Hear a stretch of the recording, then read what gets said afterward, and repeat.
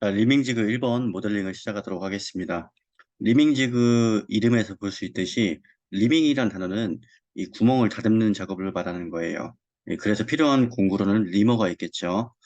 예, 그래서 리밍지그 같은 경우는 제일 중요한 부분이 이 공작물 들어가는 부분과 리머가 왔다 갔다 하는 그 구멍을 어떻게 예, 자, 반듯하게끔 그리고 끼워 맞춘 공차를 주느냐가 중요하다고 할 수 있겠습니다. 먼저 1번 부품 같은 경우는 제일 밑에 받쳐주고 있기 때문에 베이스 부품이라고, 예, 베이스라고 이름을 지어주면 될 것 같죠.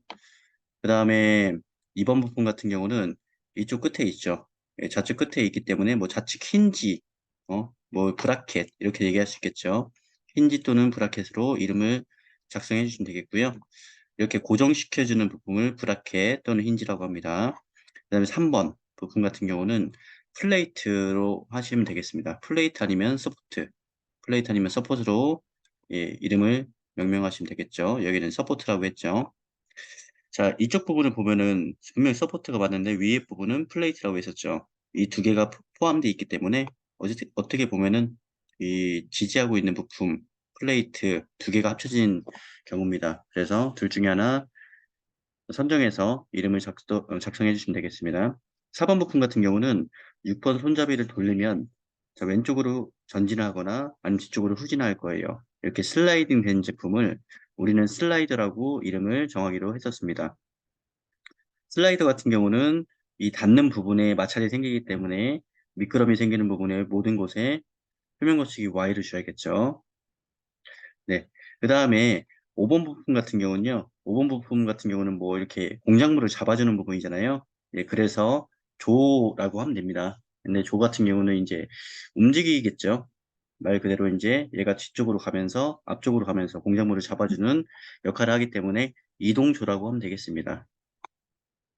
자, 그래서 그 부품의 이름을 한번 살펴봤고요. 그다음에 1번 부품을 할 건데요. 베이스 부품이죠. 베이스 부품은 보면은 주조부는 없습니다. 그래서 재질 같은 경우는 SM45C를 선정하시면 되겠습니다. 자, 한번 스케치를 시작해 볼게요. 원점에서 XY 평면 스케치 시작. 그다음에 1번 부품 치수를 보면서 작업하도록 하겠습니다. 형상 파악이 조금 처음에 할 때만 어려운 부분이 있지만 한번 그리고 나면은 웬만한 부품은 다 비슷비슷한 형상입니다. 자, 스케치 시작 누르시고 치수 잡아주신 다음에 위에 치수는 70이 되겠죠. 그다음에 가로 치수 같은 경우는 105가 되겠습니다. 자, 그다음에 돌출해서요. 총 높이가 지금 20입니다. 20. 20 잡아주시고 그다음에 옆에 부분 눌러서 이 부분 한번 날려보도록 하겠습니다. 자, 직사각형을 이렇게 크게 그려주신 다음에 형상 투영을 하시고 그다음에 치수를 잡아주도록 하겠습니다. 왼쪽에서 우측까지 치수가 50인 걸 확인할 수 있죠. 그 다음에 깊이 같은 경우는 자, 총 치수가 20인데 밑에 부분이 14니까 6만큼 잡아주시면 되겠죠. 이 상태에서 돌출 잡아주시고요. 반대쪽으로 전체 관통을 시켜주시면 되시겠습니다. 자, 반듯하게 이렇게 날아갔습니다. 이 상태에서 그 다음 작업은요. 이 가운데 부분을 선택하시고 쑥 날려보도록 하겠습니다. 자, 클릭하시고 작성, 그다음에 자, 돌려주시고 직사각형을 그리도록 하겠습니다. 네, 그 다음에 형상 투영 해주시고요. 그 다음에 F7번 누를게요. F7번 누르고 자, 치수를 잡기 전에 수직 수평을 잡겠습니다. 도면이 들어가 있기 때문에 이 두 개의 관계는 수평이 되겠죠. 자, 그 다음에 치수 누르시고 자, 여기 3입니다. 여기서 여기까지가 3이에요. 3. 그 다음에 길이 같은 경우는 30입니다. 자, 이 상태에서 돌출하시고 자, 밑에까지 꼭 잡아야죠. 그 다음에 반대편으로 전체 관통 시켜주시면 되겠습니다. 지금 보니까 계단 이 부분이 턱져 있네요. 턱져 있는 게 맞습니다. 그렇죠? 여러분들 뭐 하실 때는 자 가지고서 재시면서 하시면 되니까. 그다음 밑에도 다 뚫려 있는 것을 볼 수 있습니다. 아마 이 부분 같은 경우는 레일 같은 곳에 끼워서 사용하는 용도였던 것 같아요. 자, 이 부분도 마찬가지 수평 잡아주시고, 자, 수평 이렇게 잡아주신 다음에, 자, 길이 같은 경우는 20이네요. 20. 그 다음 깊이도 잡아주셔야죠. 깊이 같은 경우는 지금 4입니다. 4.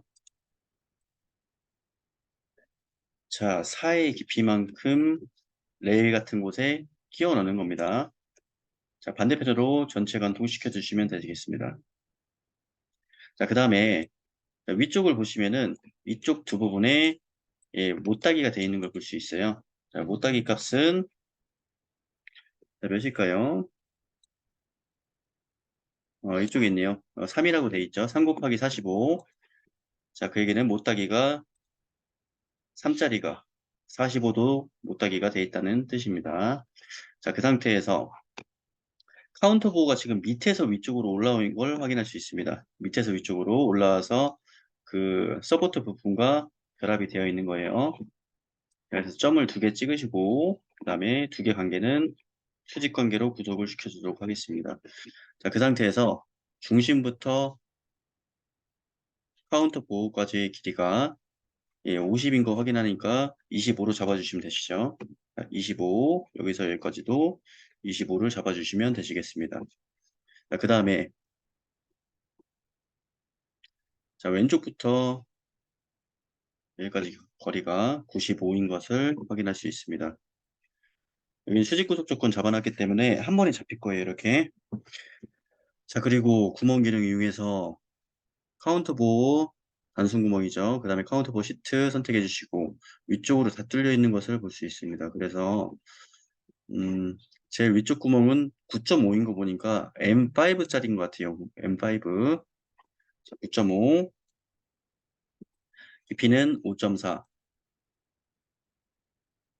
그 다음에 밑에 지름은 5.5인 것을 확인할 수 있습니다. 됐죠? 자, 그 다음에 많은 분들이 실수하는 부분이에요. 바로 1번과 2번 부품을 같이 그리는 그런 실수 얘기하는 거죠. 같이 그리면 실격입니다. 2번 부품이 1번과 결합되기 위해서는 이쪽으로 탭 구멍을 뚫어줘야 돼요. 그래서 이쪽 부분을 스케치 작업을 할 겁니다. 여기는 자, 이렇게 점을 찍어 주시고요. 구속 걸렸죠? 구속이 걸리지 않도록 점을 2개 찍어 주시고요. 그 다음에 보니까 탭은 양쪽에 2개, 가운데 2개는 핀 구멍도 있네요. 핀 구멍. 핀 구멍은 N7 기억나죠? 자, 여기서 여기까지의 거리가 자, 27이고요. 그 다음에 여기서 여기까지도 27. 그리고 바닥에서 원의 위치 치수 같은 경우는 7인 것으로 확인할 수 있습니다. 양쪽 거는 수평 구속 조건 주도록 할게요. 자, 안 잡히죠? 안 잡히는 건 이유는 이미 7이 잡혀 있거나 아니면은 구속이 걸려 있어서 그렇습니다. 자, 됐습니다.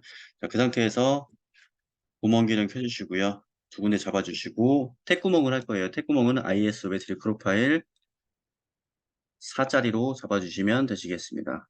아니네요. M5짜리네요. 그래서 M5짜리로 잡아주시면 되시고 카운터 보시트는 없음으로 선택하시면 되겠습니다.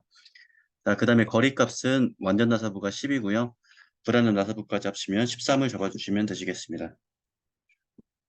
그 다음에 다시 스케치 작성 눌러주시고 점 2개를 찍고 이번에는 핀구멍 2개를 팔 거예요. 핀구멍 같은 경우는 거리 치수가 지금 34죠. 절반값인 17을 넣어주시면 되시겠습니다. 17, 그 다음에 여기서 여기까지 17만큼 잡아주시고, 그 다음에 위치 치수는 동일하게 7만큼 올라와 있네요. 자, 그 상태에서 2개를 수평 구속 조건 잡아주시면 또 안 들어가네요. 그러면 어떻게 하냐면 또 치수 넣고 직접 넣어주시면 되시겠습니다. 자, 잡고 7 바꿔주시고요. 자, 그 다음에 구멍 버튼 눌러주시고, 그 다음에